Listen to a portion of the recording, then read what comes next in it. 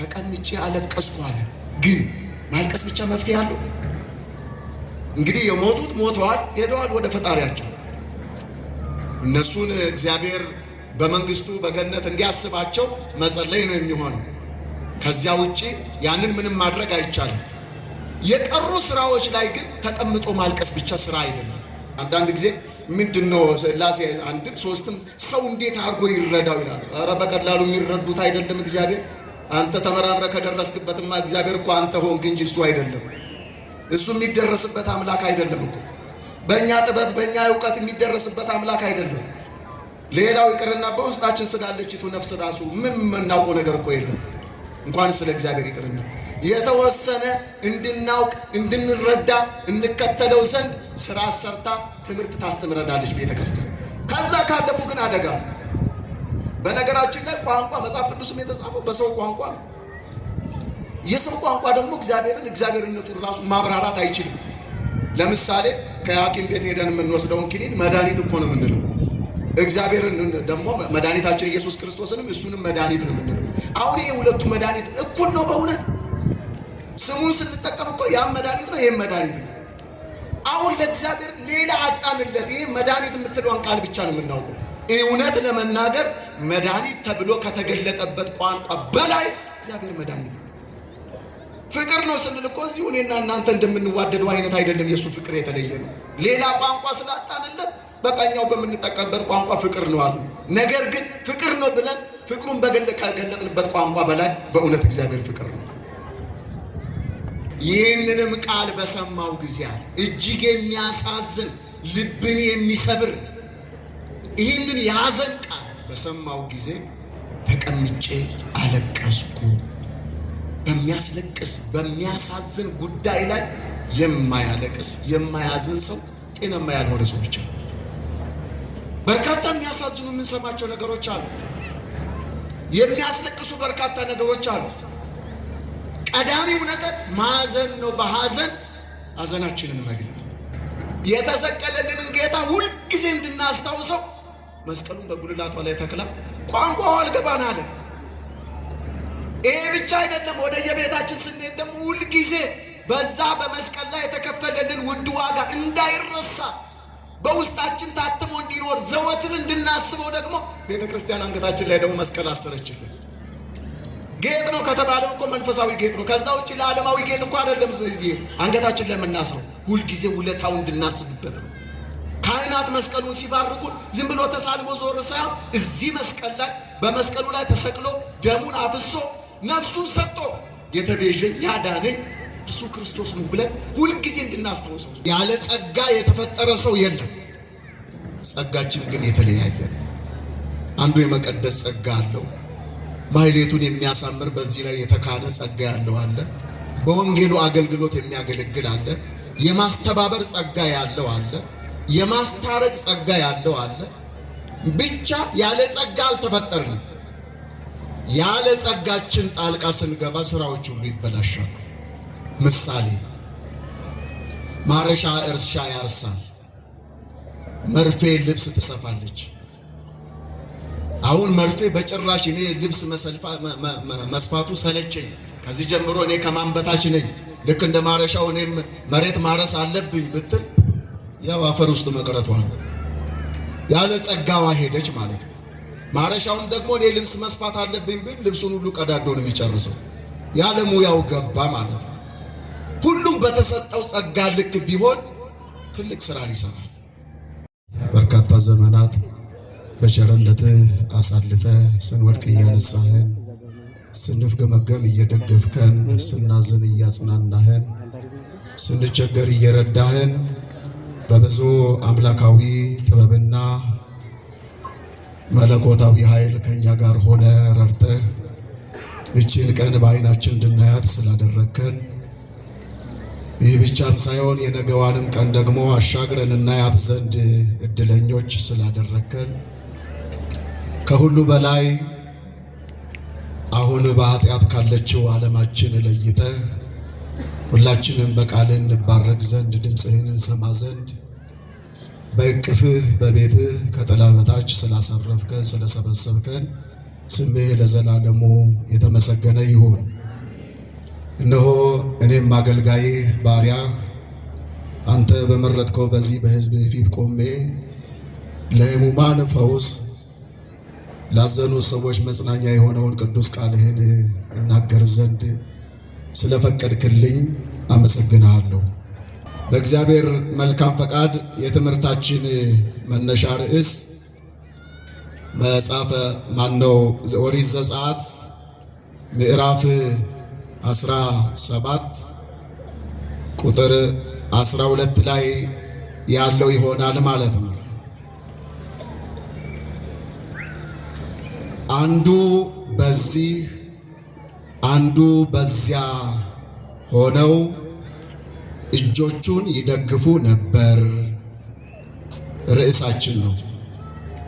አንዱ በዚህ አንዱ በዚያ ሆነው እጆቹን ይደግፉ ነበር።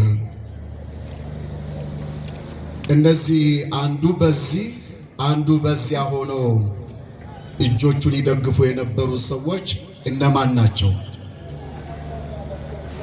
የማንንስ እጅ ነበር የሚደግፉት? ለምንድን ነው የእሱንስ እጅ መደገፍ ያስፈለገው? እጆቹንስ በመደገፋቸው የተገኘው ውጤት ምንድን ነው? የሚሉትን ታላላቅ ቁም ነገሮች እግዚአብሔር መንፈስ ቅዱስ እየቆየ በዚህ ርዕስ ይነግረናል፣ ያስተምረናልና በሚገባ ቃሉን እንሰማ ዘንድ ይሄ መጀመሪያ መልእክቴ ነው። እግዚአብሔር ይርዳል። የሙሴ እጆች ግን ከብደው ነበር። ድንጋይም ወሰዱ፣ በበታቹም አኖሩ፣ እርሱም ተቀመጠበት። አሮንና ሆርም እንዲሁ አንዱ በዚህ አንዱ በዚያ ሆነው እጆቹን ይደግፉ ነበር። ፀሐይም እስክትገባ ድረስ እጆቹ ጠነከሩ። የሚያግዙ ሰዎች ስለተገኙ በግራና በቀኝ ሆኖ አሮንና ሆር ይህ ጸሎት እንዳይቋረጥ ድጋፍ ሲያደርጉ ስለነበረ። ጋን በጠጠር ይደገፋል ነው አይደል የሚባለው? ጠጠር በጣም ቀላል ነገር ትመስላለች። ያን ያክል ትልቅ ጋን፣ ትልቅ ስራ የሚሰራው ጋን በትንሽዬ ጠጠር ይደገፋል። ስራ የሚሰራው ጸሎት የሙሴ ጸሎት ነው። ሙሴ ደግሞ እንደኛው ያለ ሰው ነበርና ይደክመዋል፣ ክንዶቹ ዛሉ። ለዚህ ነበር እነዚህ አሮንና ሆር አገልግሎቱ ጥቂት የሚመስል በውጤቱ ላይ ሲታይ ግን ትልቅ አገልግሎት ሲሰጡ የነበሩት በግራ በቀኝ ቆሞ ሆነው ማለት ነው። ፀሐይ እስክትገባ ድረስ የሙሴ እጆች ጠነከሩ፣ የሙሴ እጆች በረቱ። ፀሐይ እስክትገባ ድረስ የሙሴ እጆች እንደተዘረጉ ናቸው ለጸሎት። እዛ ጋር እነ ኢያሱ ስራ እየሰሩ ስለሆነ የነሱ ስራ እንዲሳካ ሰልፉን እየመራ ያለው ኢያሱ ድልን እንዲያገኝ፣ ከኢያሱ ጋር ያሉትም ድልን እንዲያገኙ፣ ክብሩ ለሀገራቸው ለሕዝባቸው እንዲሆን ሙሴ እዚህ ጋር በጸሎት ጠንክሮ ቆሟል። ሙሴ ደግሞ እንዳይዝል እንዳይደክም፣ ጸሎቱ እንዳይቋረጥ ደግሞ አሮንና ሆር ግራና ቀኝ ቆመው እጆቹን ይደግፉ ነበርና ፀሐይ እስክትጠልቅ ድረስ ቀኑ ሙሉ የሙሴ እጆች በረቱ፣ ጠነከሩ። ኢያሱም አማሌቅንና ሕዝቡን በሰይፍ ስለት አሸነፈ ይላል። ውጤቱ አሸነፈ። አሁን ቅድም ባነሳሁት ርዕስ አንዱ በዚህ አንዱ በዚያ ሆነው እጆቹን ይደግፉ የነበሩት ሰዎች አሮንና ሆር መሆናቸውን ተረዳን ማለት ነው። እነዚያ እጆች የማን እጆች ናቸው? የሙሴ መሆኑን ተረዳን ማለት ነው። ምክንያቱ ደግሞ ምን ነበረ? ለመደገፍ ደግሞ ሲባል ሙሴ ሰው ነውና ስለደከመ ክንዶቹ ስለዛሉ ጸሎቱ ያስፈለገበት ምክንያት ያው ሁልጊዜ ጸልዩ ነው የሚለው የመጽሐፍ ቅዱስ ቃልና ይህ አገልግሎት እንዳይቋረጥ የተደረገ የድጋፍ ስራ ነበረ ማለት ነው። ምን አሰባችሁ? መቼም የእግዚአብሔር ቃል ሁልጊዜ አዲስ ሆኖ እንጂ ይሄንን ሳንሰማ ቀርተን አይደለም እስካሁን። ግን እስኪ ምን አሰብ?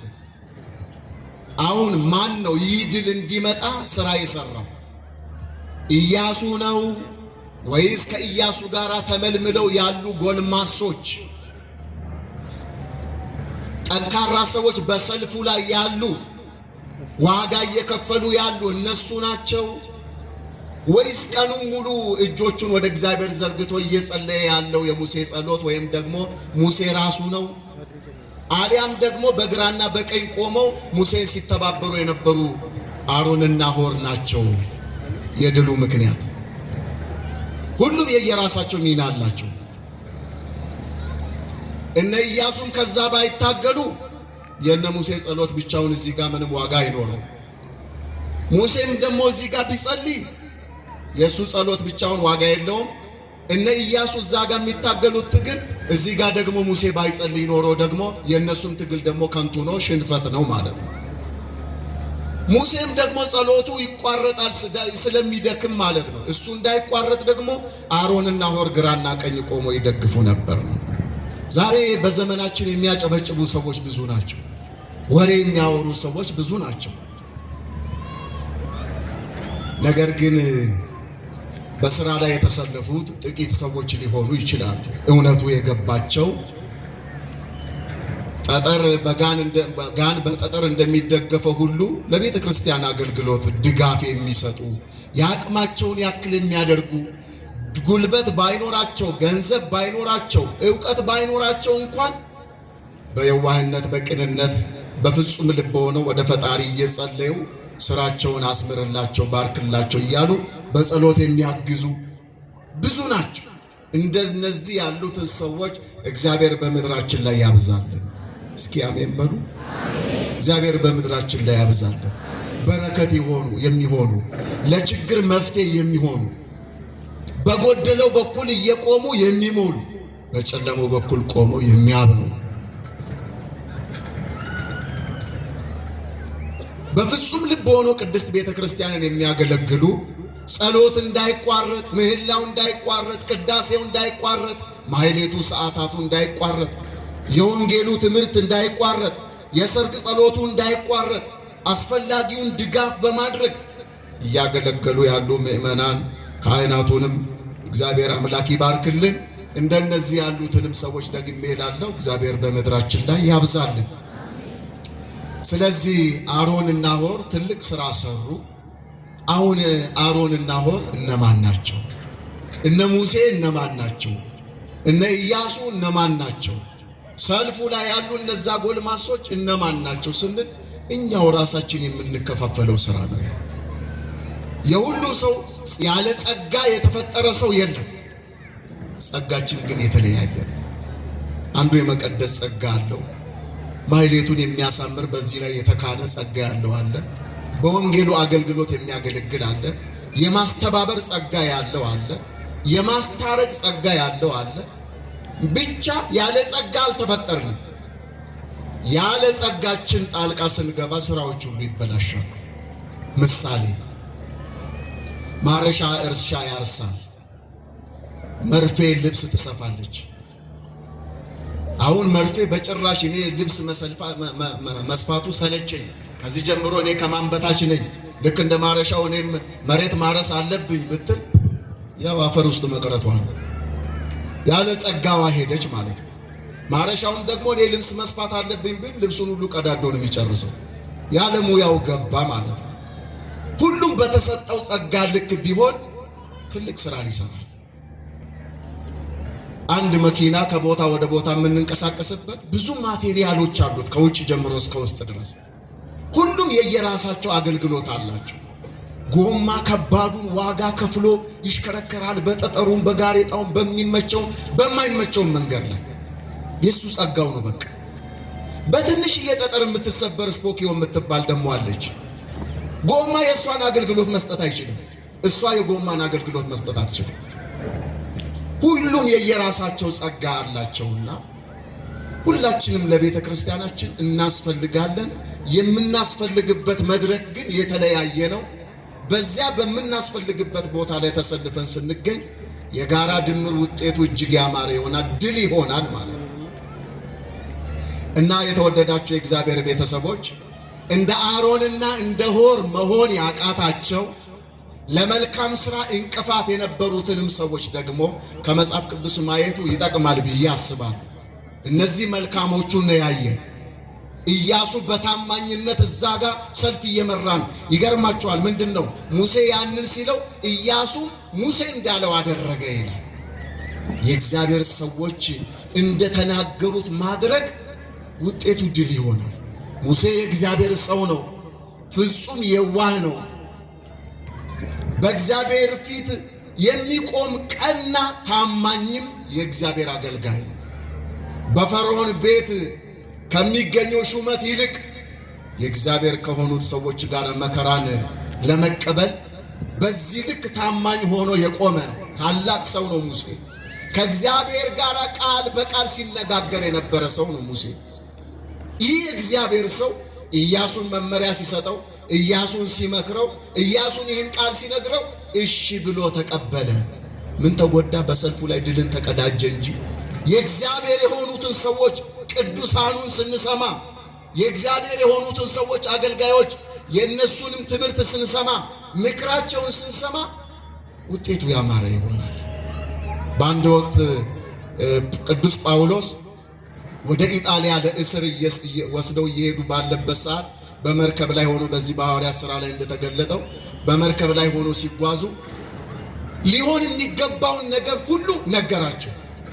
እኔ በዚህ ጉዞ ላይ ብዙ መከራ ይታየኛል፣ ብዙ ዋጋ መክፈል ይታየኛል ብሎ ሲናገር ማንም የጳውሎስን ቃል የሚሰማ የለም ነበር። ከጳውሎስ ይልቅ ባለመርከበኛውን ሰውዬ ነበር የሚሰሙት።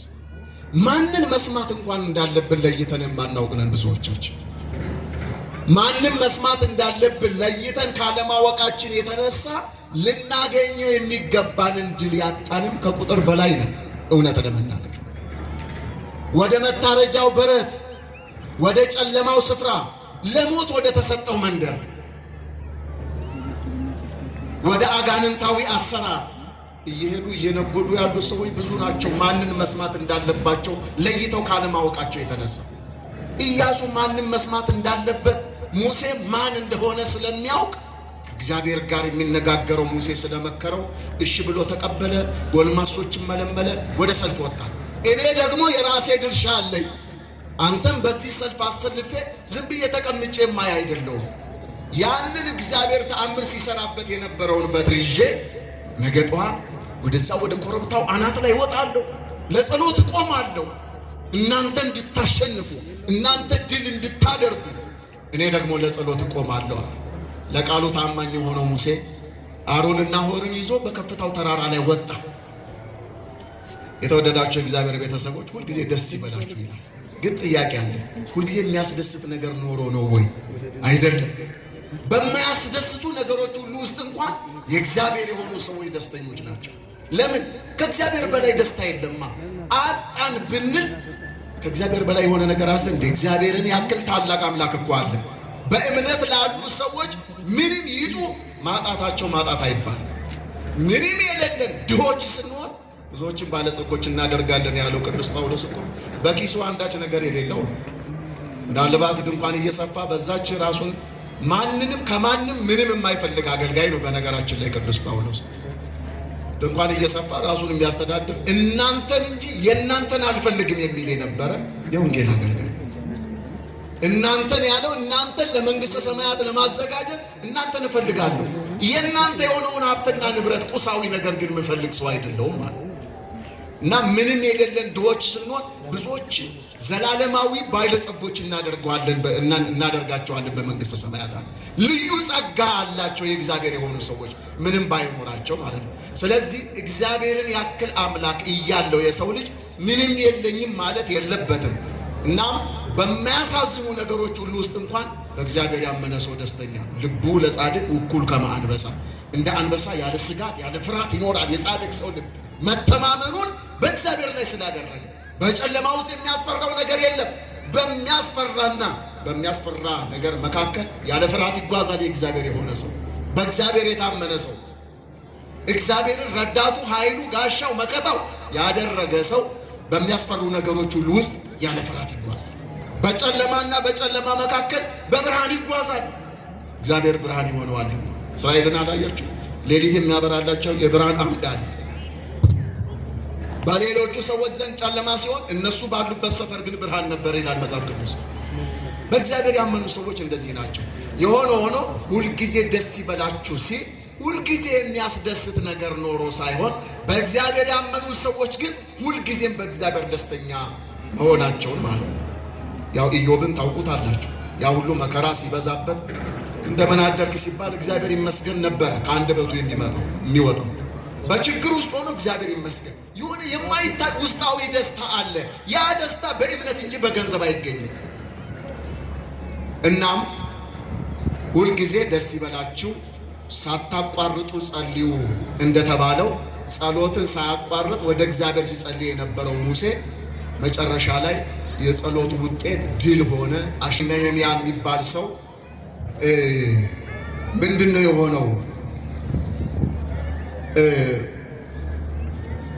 ኢየሩሳሌም ቅጥሮቿ ፈርሰዋል፣ በሮቿ ተቃጥለዋል፣ ብዙዎቹ አልቀዋል፣ ለምርኮ ተዳርገዋል። አናኒ የተባለ ሰው ይህንን መርዶ መጥቶ ሲነግረው እጅግ በጣም አዘነ። እንደውም ቃል በቃል በነህምያ ምዕራፍ 1 ቁጥር 4 ላይ እንዲህ ነው የሚለው፣ ይህንንም ቃል በሰማው ጊዜ አለ እጅግ የሚያሳዝን ልብን የሚሰብር ይህንን ያዘን ቃል በሰማው ጊዜ ተቀምጬ አለቀስኩ። በሚያስለቅስ በሚያሳዝን ጉዳይ ላይ የማያለቅስ የማያዝን ሰው ጤናማ ያልሆነ ሰው ብቻ።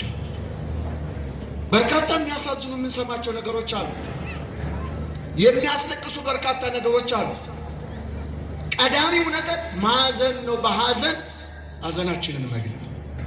ስለዚህ ይህ ነህምያ የተባለ ሰው ተቀምጬ አለቀስኩ አለ።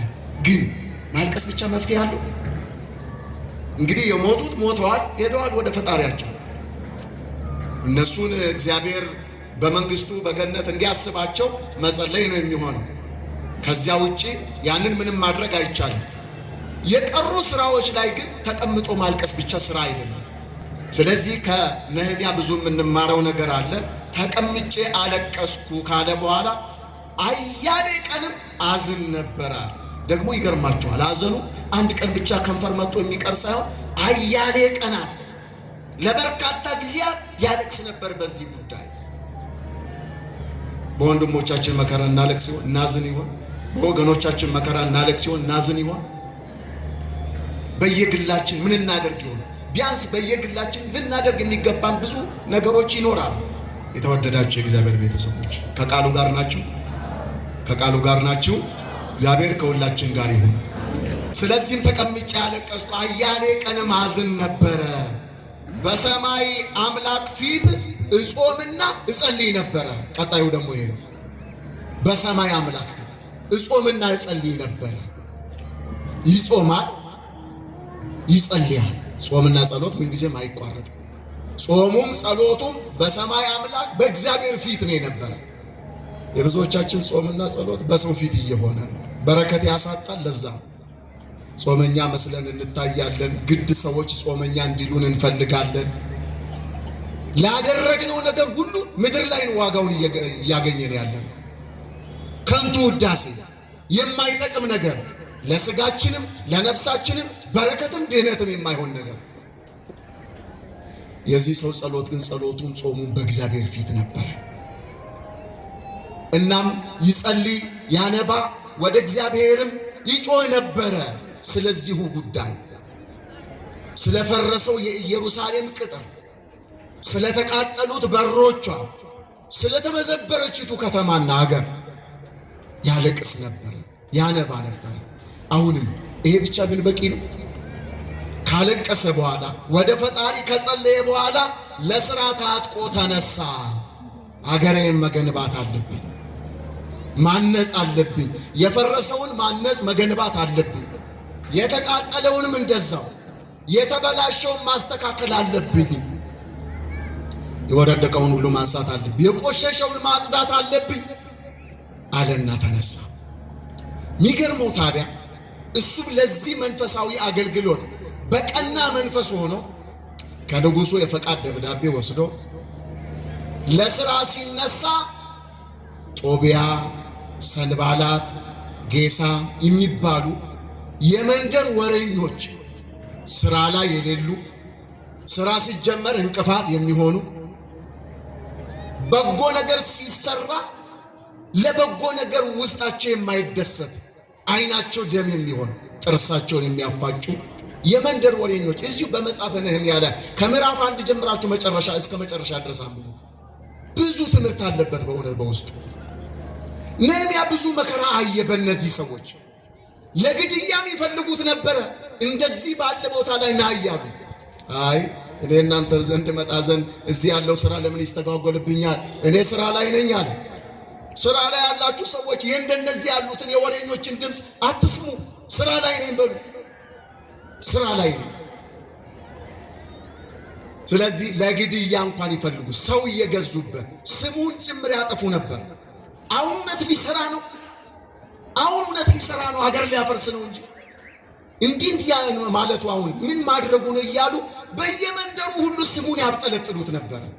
በእውነት አሁን ነህምያ ሊደገፍ የሚገባ ነው ወይስ ሊቃወሙት የሚገባ ሰው ነበር?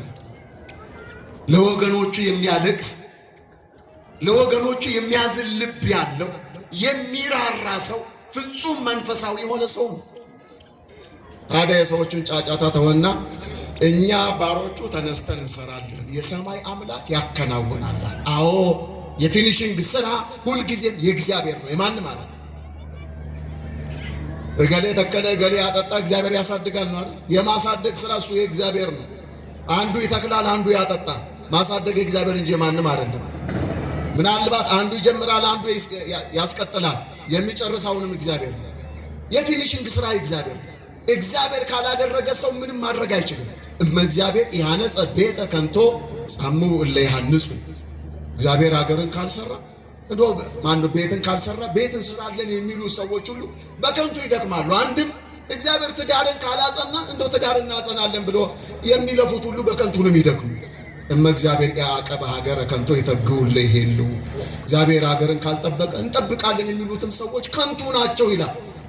እግዚአብሔር ኃይል እንዲሆናቸው ጉልበት እንዲሆናቸው ፈጣሪን ጭምር እየተማጸኑ ሲሆን ውጤቱ ያማረ ይሆናል። ይኸው በእነ ኢያሱ ሰልፍ ላይ ቆየ። አበዛውባችሁ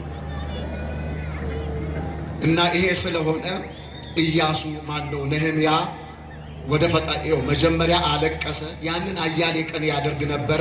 ኋላ ለጾምና ለጸሎት ደግሞ ተነስቶ በፈጣሪ ፊት ይጾም ይጸልይ ነበረ በዚሁ አጀንዳ ላይ። ከዚያ በኋላ ለሥራ ተነሳ። ደስ የሚለው ታዲያ ከሱ ጋር የሚሰለፉትን ሰዎች እግዚአብሔር አላሳጣው። አብረው የሚሰለፉ የሚያበረቱት ከሱ ጋር የሚሰሩ ክንዶች ብዙ ነበሩ። እግዚአብሔር እንደነዚህ ያሉትን ሰዎች ሰጠ።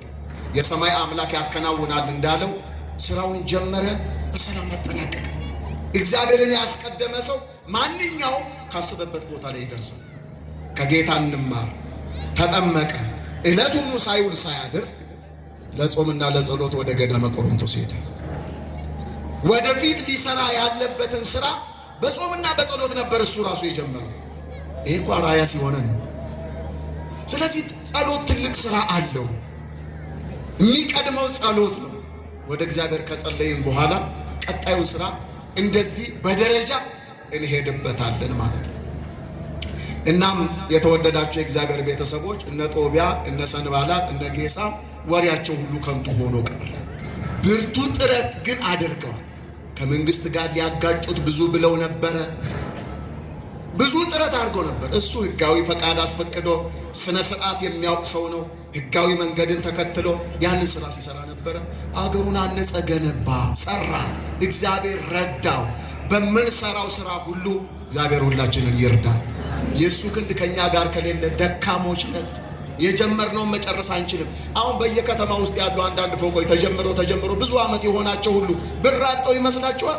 ቅድም እንዳልኩት እኮ እግዚአብሔር ያላነጸው ቤት ሌሎች እናንጻለን ቢሉ ከንቱ ስለሆነ ዝም ብሎ ቆሞ የቀሩ በርካቶች ናቸው። በየቦታው ስንመለከት ገንዘብም አጠው አይመስለኝም። እርግጠኛ ነኝ ከላይ ካልተፈቀደ አይሆን። እሱ ሲፈቅድ፣ እሱ ሲረዳ፣ እሱ ሲያግዝ። አንድ ተክል መቼ ነው ውሃ የሚያስፈልገው? ሁልጊዜም ውሃ ያስፈልገዋል። ከውሃ ከተለየ ያ ተክል ማበብ አይችልም፣ መለምለም አይችልም፣ ማበብ አይችልም፣ ፍሬ ማፍራት አይችልም፣ ይደርቃል ማለት ነው። እንደዚሁ ሁሉ ሲሲታ ለነፍስ ቃል እግዚአብሔር ይላልና የነፍሳችን ምግቧ የእግዚአብሔር ቃል ነው። ሁልጊዜ የእግዚአብሔርን ቃል የማይማር የእግዚአብሔርን ቃል የማይሰማ በእግዚአብሔር ቃል ላይ መሰረቱን ያላደረገ ሰው ማንም ነው እንደፈለገ ወደ ፈለገበት የሚነዳው። ባዶነት እንደዛ አይታችኋል። አንዳንድ ጊዜ ሰማይ ለሰማይ ስትመለከቱ አንዳንድ ፌስታሎች ንፋስ ወስዷችሁ በየሰማዩ ያንከራተታችኋል። እንደው የሆነ ሽንኩርት ድንች አድርጋችሁበት እኮ ብታስቀምጡት ንቅንቅ አይልም ከቦታው ስለያዘ ማለት። ያ ባዶ ስለሆነ ነው በየሰማዩ ንፋስ ወደ ፈለገበት የሚሄደው። ባዶነት እንደዚህ ነው። በእግዚአብሔር ቃል ልንሞላ ይገባል። መሰረታችን በወንጌል ላይ የታነጸ መሆን አለበት።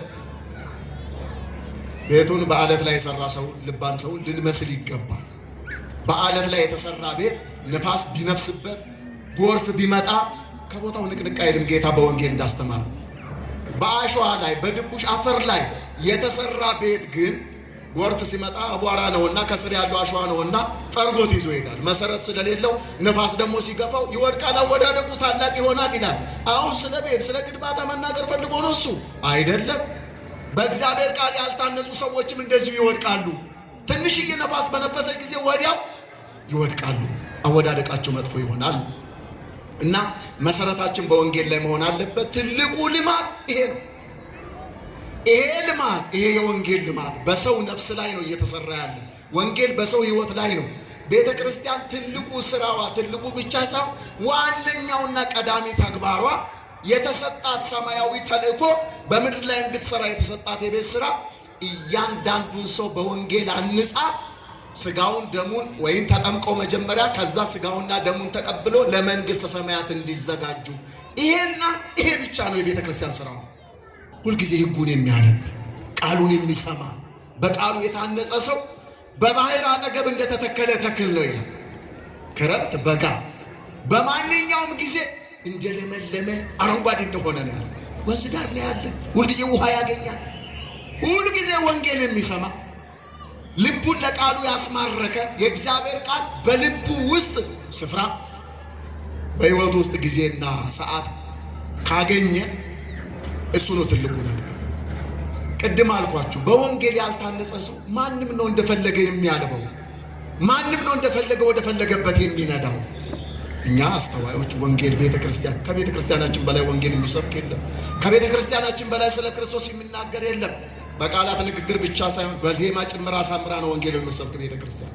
በዜማ እንደዚህ በቃላትም ብቻ ሳይሆን ምንም ሳትናገር ሁሉ ቤተ ክርስቲያናችን ወንጌል ናት። ከላይ ቀና ብላችሁ መስቀል ነው ያለው። ይሄ መስቀል ጠቅላላ ወንጌል ሁሉን ነገር ይዞ ነው ያለው። ከላይ ያለው መስቀል በመስቀል ላይ ተሰቅሎ ያዳነን ማን ነው? እሱ ኢየሱስ ክርስቶስ ነው። መድኃኔ ዓለም ነው።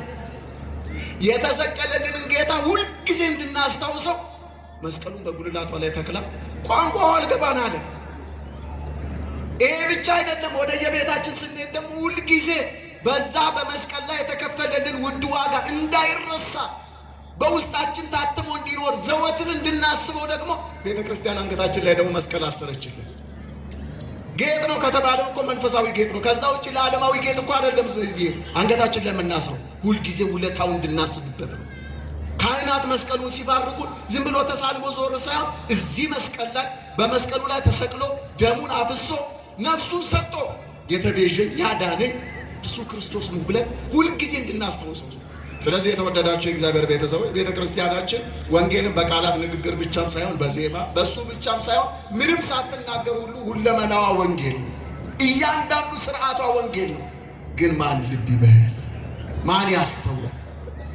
ይሄ ነው ትልቁ ችግር። ልጠቅልለውና ለማንኛውም አንዱ በዚህ አንዱ በዚያ ሆነው እጆቹን ይደግፉ ነበር። አሮንና ሆር ናቸው።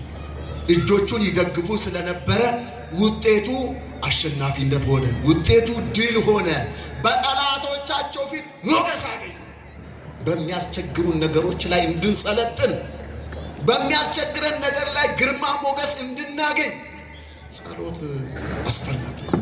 በተለይ በቤተ ክርስቲያን የሚጸለይ ጸሎት፣ አባቶች የሚያደርሱት ጸሎት፣ ሰዓታቱ፣ ምህላው፣ ማይሌቱ፣ ቅዳሴው፣ ይሄ ጸሎት እንዳይቋረጥ ደግሞ ግራና ቀኝ ቆመን ልንደግፍ ይገባል። እንደ አሮንና እንደ ሆር ልማታዊ ስራዎችን ልንደግፍ ይገባል። እንደ ሙሴ ያሉ ታማኝ ሰዎች ደክሟቸው እጃቸው እየተንቀጠቀጠ እንኳን እጃቸው እየወደቀ አሁንም ለጸሎት እጃቸውን ለመዘርጋት የሚታትሩ የሚደክሙ እንደነዚህ ያሉ ሰዎችን እግዚአብሔር በምድራችን ላይ ያብዛልን። እንደ አሮንና እንደ ሆር ደግሞ ግራና ቀኝ ቆሞ ምን ጎደለ፣ የቱ ላይ ምን እናድርግ፣ ምን እንስራ ለቤተ ክርስቲያናችን? በየትኛው በኩል እናግዝ? በጉባኤው በኩል ነው ወንጌሉ እንዲሰበክ? በየትኛው በኩል እንርዳችሁ? የሚሉ እንደ አሮንና እንደ ሆር እንደ ውጭ ቆሞ ውጭ ሆኖ ዳር ላይ ሆኖ ዝም ብሎ የሚሳደቡ የሚተቹ እንደ ጦቢያ እንደ ሰንባላጥና እንደ ጌሳ የሚያሙ መንደር ለመንደር እየዞሩ ወሬ የሚያወሩትን ሰዎች ሳይሆን እንደ አሮንና እንደ ሆር ግራና ቀኝ ሆኖ የሚደግፉ የሚሰሩትን እግዚአብሔር አምላካችን ያብዛልን። እንደነ ኢያሱ ያሉ ለቃሉ ታማኞች ሆኖ የተሰጣቸውን ምክር እሺ ብለው ተቀብለው ሕዝባቸውን አሰማርተው በዛ በጦር ቀጠና ላይ ዋጋ እየከፈሉ እየተዋደቁ ነፍሳቸውን ጭምር ሰጥተው ለሕዝቡ ክብር፣ ለአገር ክብር፣ ለቤተ ክርስቲያን ክብር ዋጋ የሚከፍሉት እንደነ ኢያሱና ከሱ ጋር እንዳሉ ያሉት ሰዎችንም እግዚአብሔር በምድራችን ላይ ያብዛልን። የሊቀ መላኩ የቅዱስ ገብርኤል ረድኤቱና በረከቱ ከሁላችን ጋር ይሁን። እግዚአብሔር እንዲረዳን መቼም ቅዱሳን መላእክት ከእግዚአብሔር እየተላኩ ያግዙናል። በችግራችን ሁሉ የሚያግዙን የሚረዱን ሰዎች ነን እና እኮ ነው ረዳትን እግዚአብሔር የፈጠረልን እንዲያግዙን እግዚአብሔር ያደረጋቸው ሰዎች ስለሆን እስመ ውእቱ የአምር ፍጥረተነ ተፈጥሯችንን እሱ ያውቃል። ያክል ደካሞች እንደሆነን ያውቃል። ስለዚህ እንዲረዱን እንዲያግዙን ቅዱሳን መላእክቱን ሰጠን። ቅዱሳን መላእክት በመጽሐፍ ቅዱስ እንደተጠቀሰው ያድናሉ። ይሄ በመዝሙረ ዳዊት የተጠቀሰ ቃል ያድናሉ። ያድናሉ ስንል የሚበሳጩ ሰዎች አሉ። ያድናሉ ስንል እኮ እንዲያድኑ መድኃኒት ያደረጋቸው ሌላ መድኃኒት ደግሞ አለ። እሱ ማን ነው? እግዚአብሔር ነው። እነሱም መድኃኒት አድርጎ የሰጠ የመናፍቃኑ እዚህ ቅዱሳን መላእክት ያድናሉ ስንል እዛው ጋር ፈጠው ይቀራሉ። እኛ ያንን አልፈን እኮ እነሱም መድኃኒት ያደረገውን እግዚአብሔር እናመልካለን።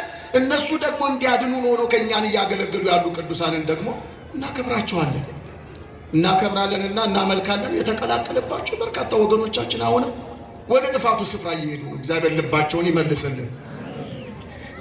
ሁሉ መዳንን ይወርሱ ዘንድ ስላላቸው ለማገዝ የሚላኩ የሚያገለግሉ መናፍስት ወይም መላእክት አይደሉም? ምን ይላል ሐዋርያው ቅዱስ ጳውሎስ በዕብራውያን ምዕራፍ 1 ቁጥር 14 ላይ ማለት ነው።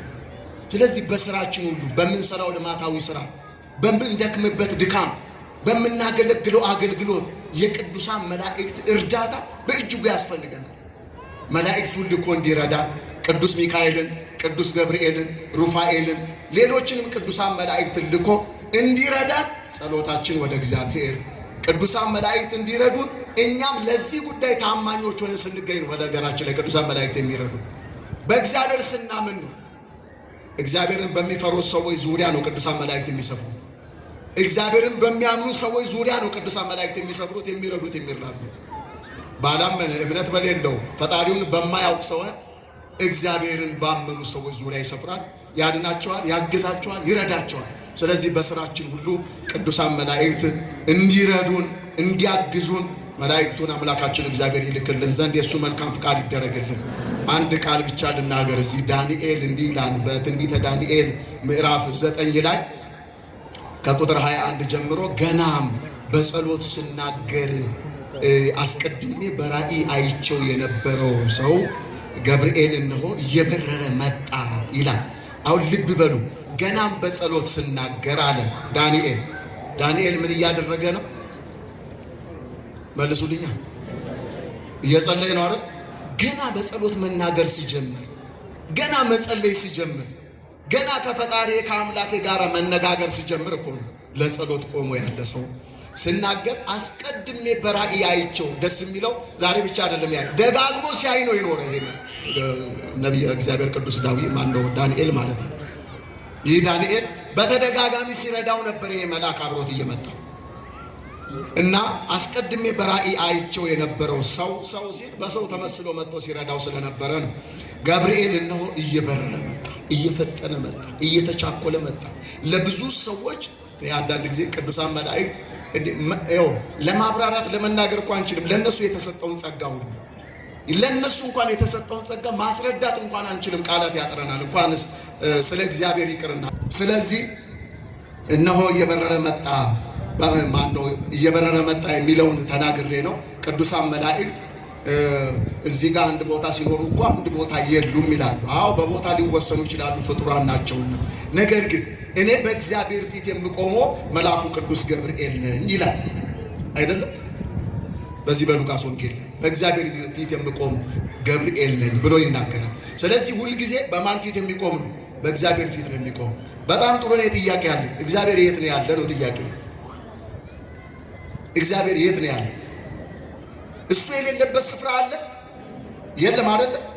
አሁን መልአኩ በፊቱ ነው የቆመ ከሆነ እኮ አሁን ቦታውን ራሱ እንዲህ ነው ብለን ለመግለጥ እኮ ይከብደናል እኮ፣ ከአእምሯችን በላይ ነው።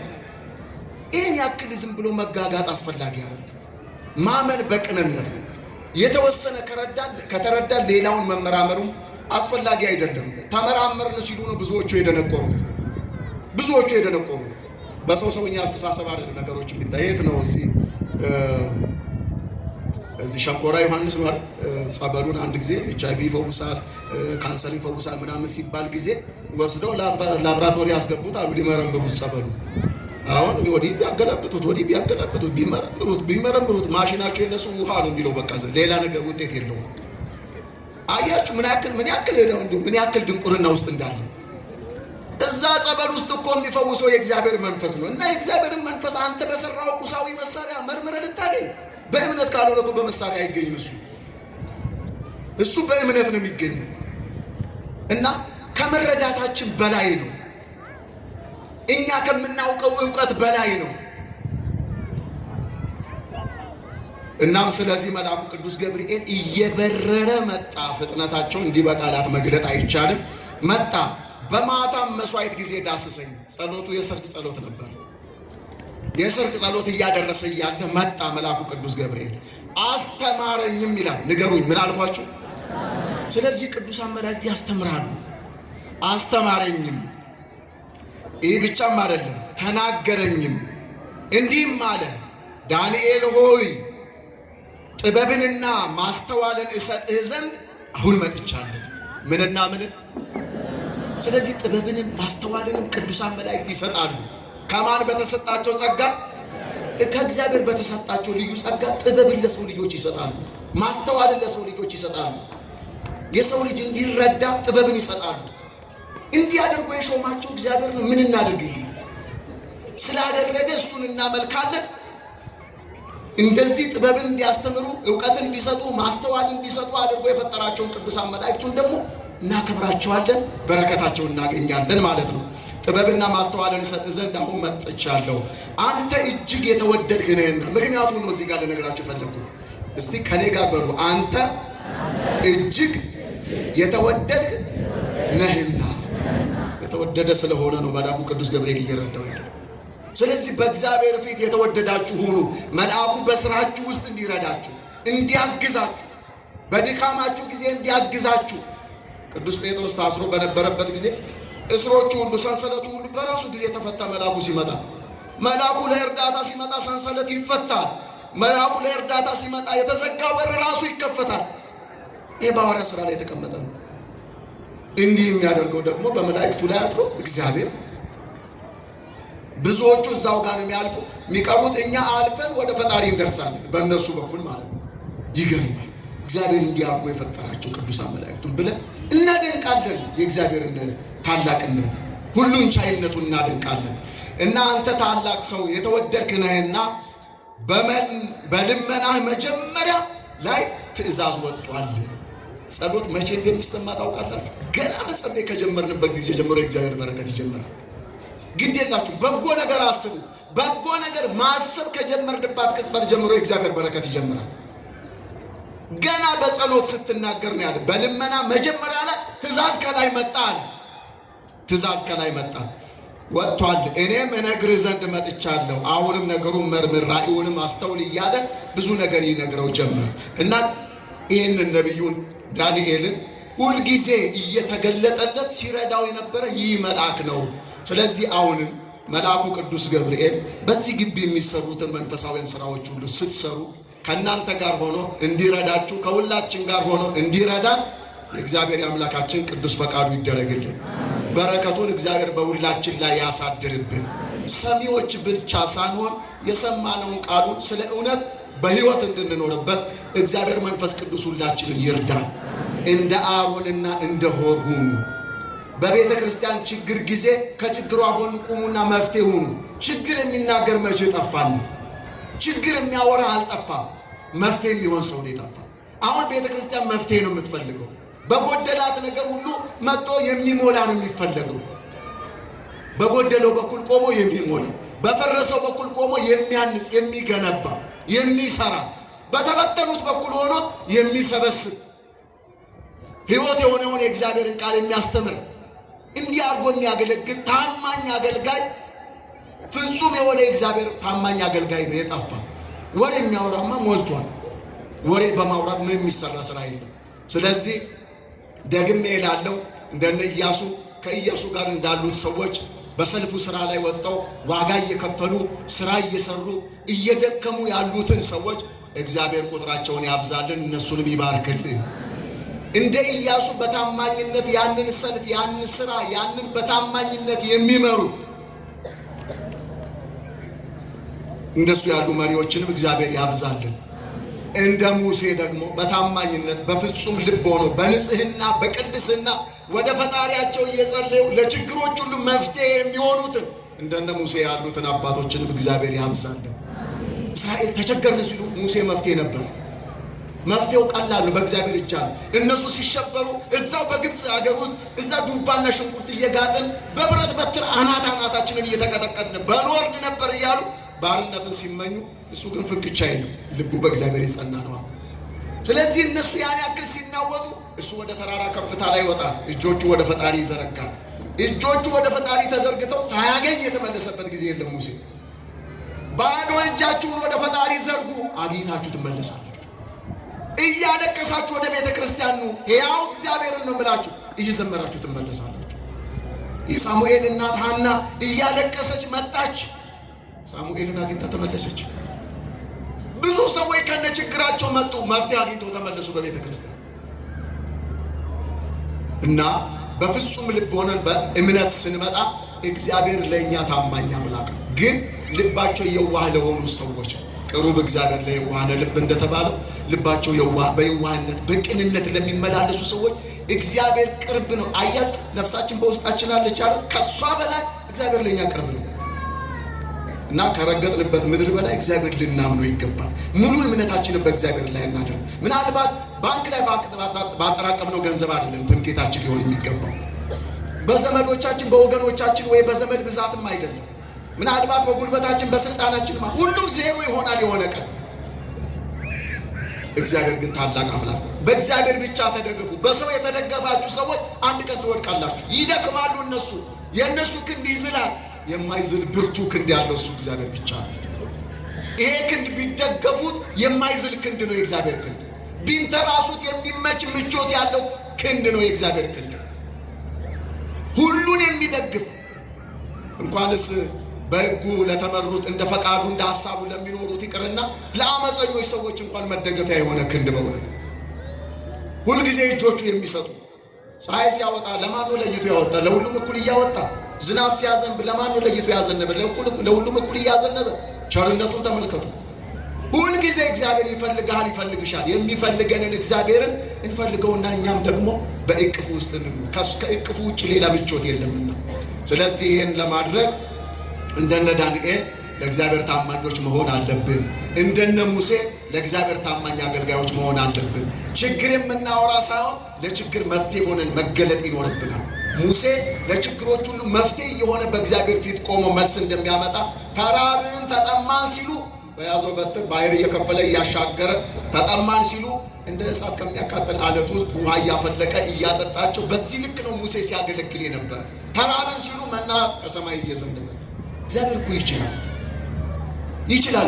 ይገርማቸዋል። ያ አለት እንደውም ይዘውት ይጓዙ ነበር። ያንን አለት ውሃ ከግማሽ ሚሊዮን ሕዝብ በላይ ሆኖ ከዛች ድንጋይ ከደረቅ ድንጋይ ውስጥ ውሃ ፈልቆ ሲጠጡ የነበሩ። የእግዚአብሔር ስራው ድንቅ ነው። ወገኖቹ እንዴት አድርጎ እንደሚመግብበት እሱ ያውቃል። የሰማይ ወፎች እኮ ምንም የሚላስ የሚቀመስ እኮ በቤት የሚያስቀምጡት ነገር የላቸውም። ጠጋ ብላችሁ የማታምኑ ሰዎች ካላችሁ እስቲ ወደ ወፎች ቤት ጠጋ ብላችሁ ሂዱ።